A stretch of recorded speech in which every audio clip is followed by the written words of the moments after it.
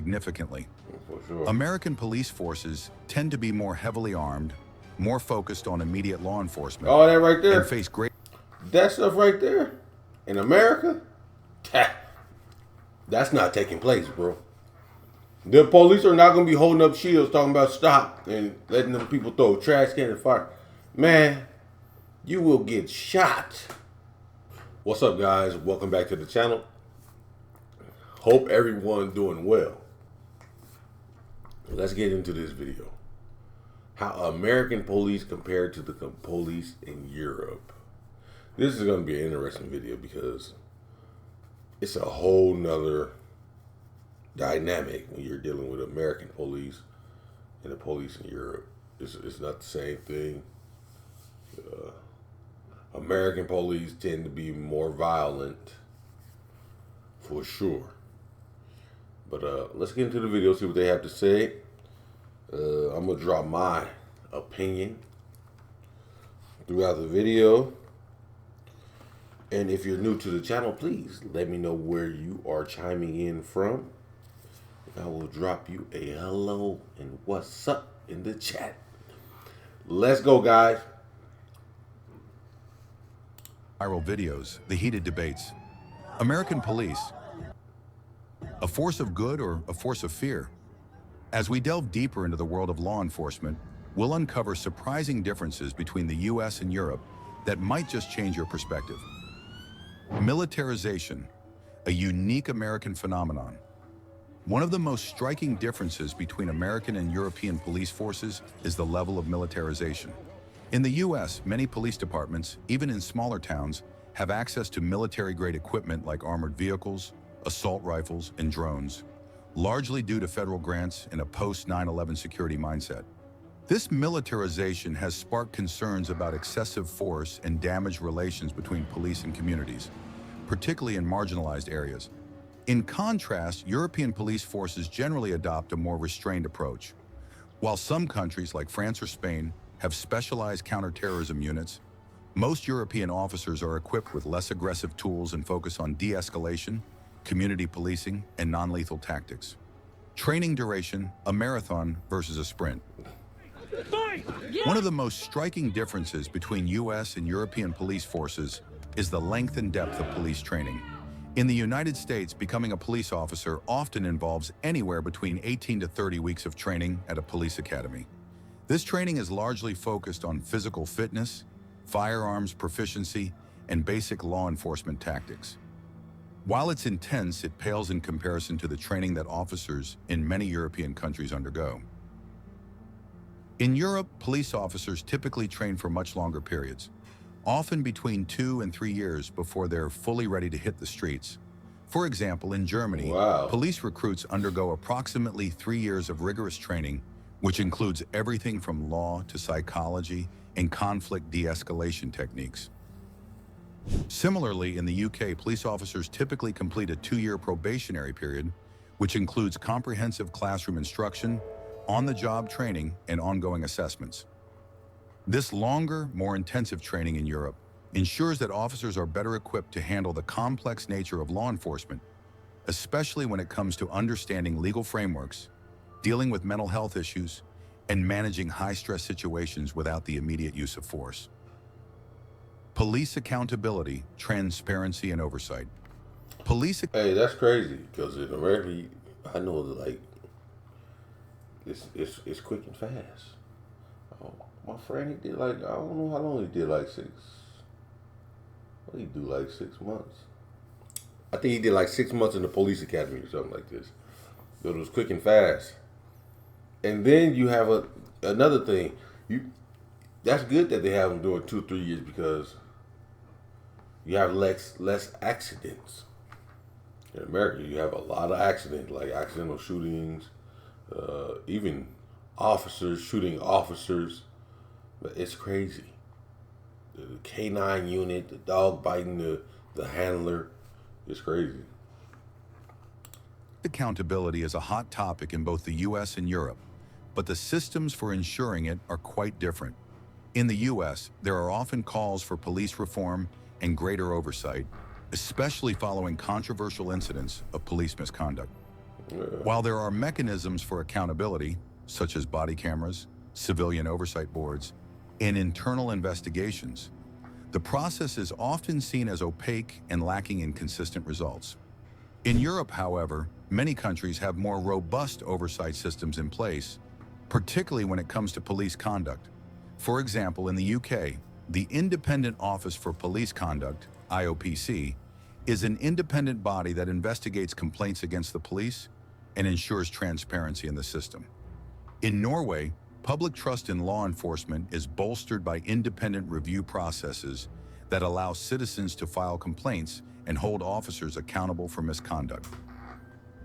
Moreover, in countries like Sweden and the Netherlands, police misconduct is treated with the utmost seriousness, and officers found guilty of abuse or corruption are often swiftly held accountable through internal or external investigations, ensuring greater public trust in the police force. That's good. The role of technology, But also, when you're dealing with, this is my personal opinion, certain officers should not police certain communities. I'm sorry, like when you're dealing with like urban communities, I believe that you should have officers that's who grew up in urban communities, know how to deal with the urban people. I believe you should have those type of individuals policing the urban communities, not people that don't know how to deal with them. Because if you're familiar with a situation, you know better how to handle that situation. And growing up in that type of environment, you'll know better. And plus, you probably have ties with the community and things of that nature.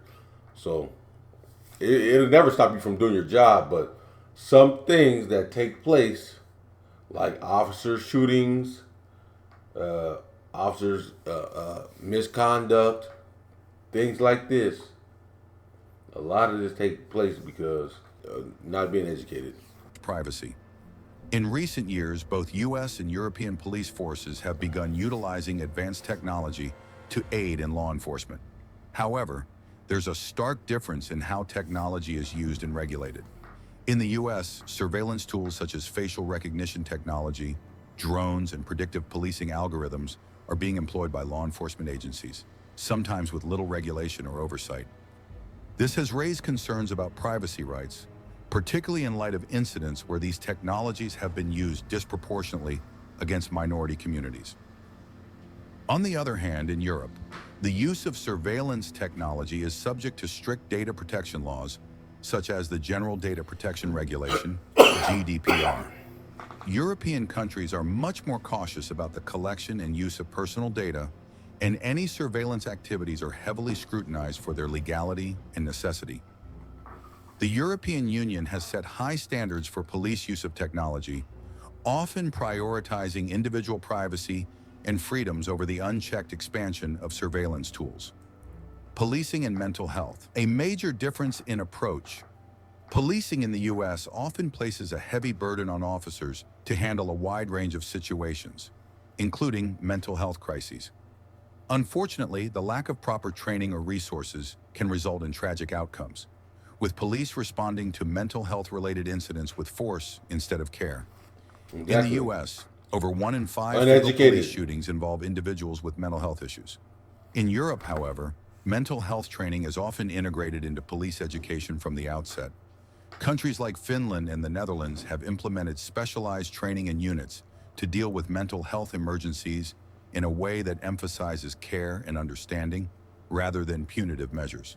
In Finland, for example, officers are trained to recognize signs of mental distress and are equipped to handle situations calmly and effectively, often working in tandem with healthcare professionals to avoid violent escalation. Moreover, several European countries have separate mental health response teams that operate alongside the police, ensuring that individuals experiencing a crisis receive the appropriate care rather than being incarcerated or subjected to force. Civilian oversight, a patchwork system in the U.S. Civilian oversight of police is a crucial check on power, but its implementation varies widely across the U.S. Some states have robust civilian review boards with investigative and disciplinary authority, while others rely on internal affairs units within police departments. This patchwork system can lead to inconsistencies in accountability. What the In hell? Europe, civilian oversight is often more centralized and standardized. Independent police complaints, commissions, or inspectorates have the power to investigate misconduct, recommend disciplinary action, and even refer cases to prosecutors. Policing culture, community versus authority. Another key difference between US and European police forces is their overall relationship with the public. In the US, policing often has an authoritarian undertone. Yeah. The term us versus them is a common sentiment, where officers view themselves as protectors of the public, often positioning themselves above the citizens they serve. This mentality can sometimes lead to a more confrontational approach in interactions with the public. In contrast, European policing tends to have a more community-oriented approach. The philosophy of policing by consent is central to many European nations, particularly in the UK. British police, for example, pride themselves on not carrying firearms and often emphasize their role as part of the community, not separate from it. The idea is to build trust with citizens through transparency, respect, and communication. Not build This fear. approach fosters a sense of collaboration, where police officers are seen as problem solvers rather than enforcers of law and order.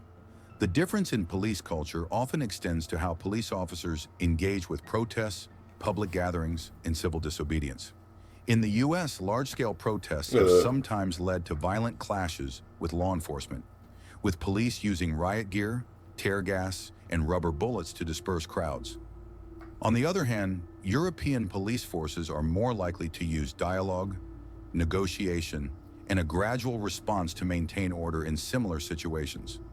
In countries like the Netherlands and Spain, for example, public protests are often managed by officers who engage in conversation with protest leaders to prevent violence before it Hey man, escalates. come on, bro. Public perception. Hold on, he hit that woman like that, man. Come on, you talking about they engage in the conversations. Man, that man just hit that woman with that stick in her stomach.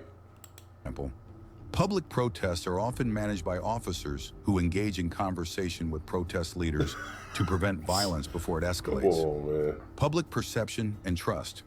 Finally, the public perception of the police is shaped by the differences in their training, tactics, and oversight. In the US, trust in police is a complex and often contentious issue. Incidents of police violence, particularly against Black Americans, have eroded public confidence in law enforcement, especially in communities of color. Movements like Black Lives Matter have highlighted the need for police reform, including changes to how officers are trained, how they interact with the public, and how accountability is handled.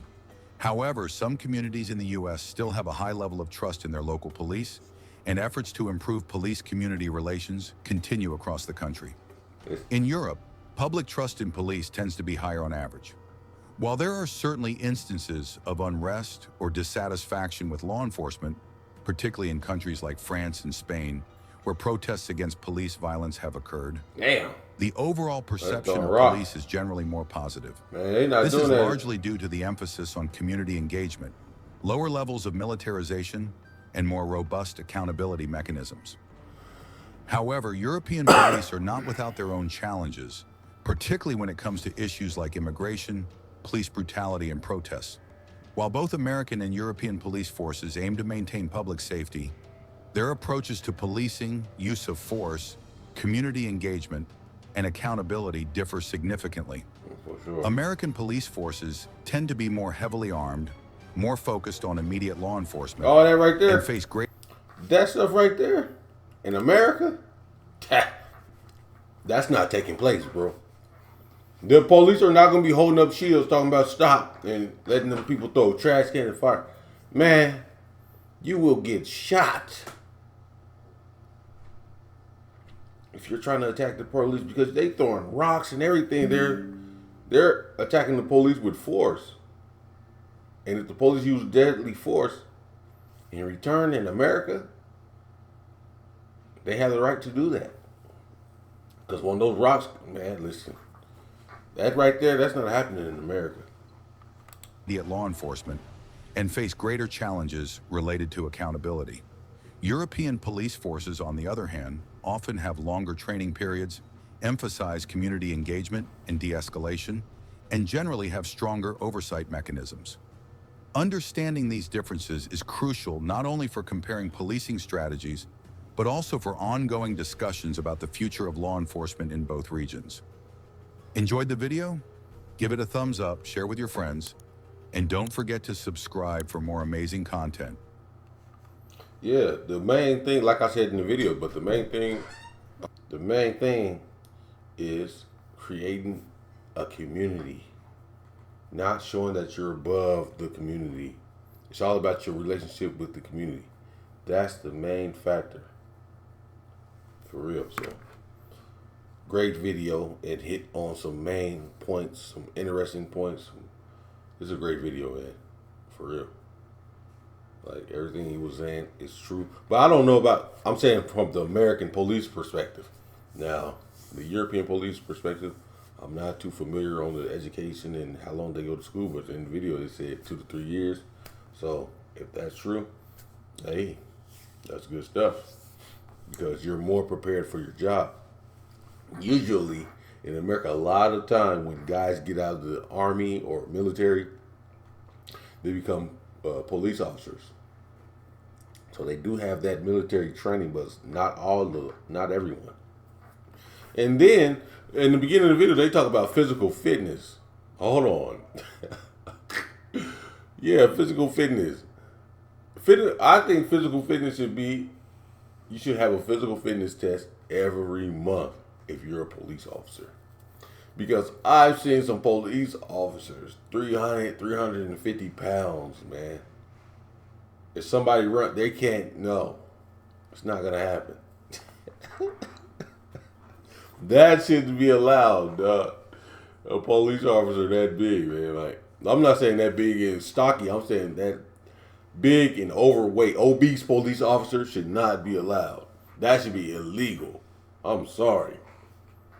But anyway, let me know what you thought about this video, and I will catch you in the next one.